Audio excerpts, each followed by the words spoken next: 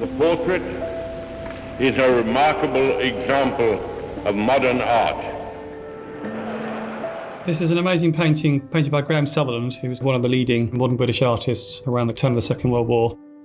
He's renowned for painting these amazing organic landscapes and was part of a neo-romantic group of artists. And it's a portrait of Winston Churchill, part of a commission for his 80th birthday from the Houses of Parliament. Graham Sutherland was given the commission in 1954. He went down to Chartwell and met Churchill from August 1954, and the commission was due in November. Sutherland worked in a way that he produced a number of pencil study sketches and oil study sketches, and obviously also working on the completed picture at the time.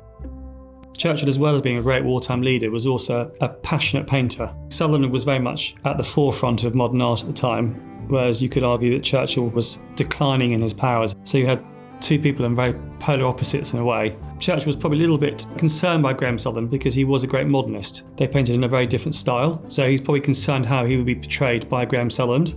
On their first meeting, Churchill asked Graham Sutherland how he was going to be portrayed, whether it was going to be as the cherub or the bulldog.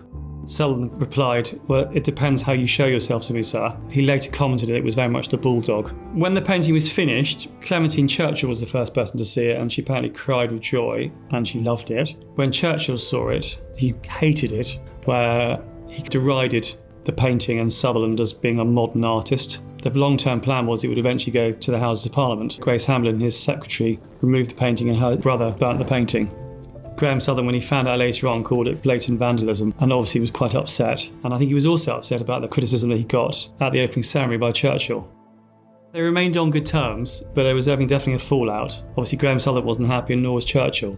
The finished portrait was much larger. It was a kind of full frontal Churchill on a chair. The portrait we are selling is a much nicer rendering. Churchill standing by a window, the light coming through, showing his face in a kind of warm, radiant light. It's much more relaxed, more intimate of Churchill than obviously the formal commission, which was burnt. This painting was retained by Sutherland throughout his life and then was given to his great friend, the framer and art dealer Alfred Hecht, who had a gallery on the King's Road and looked after all the leading artists of the day, including Francis Bacon. And Alfred Hecht kept it in his collection for the whole of his life, and on his death was given to the present owners.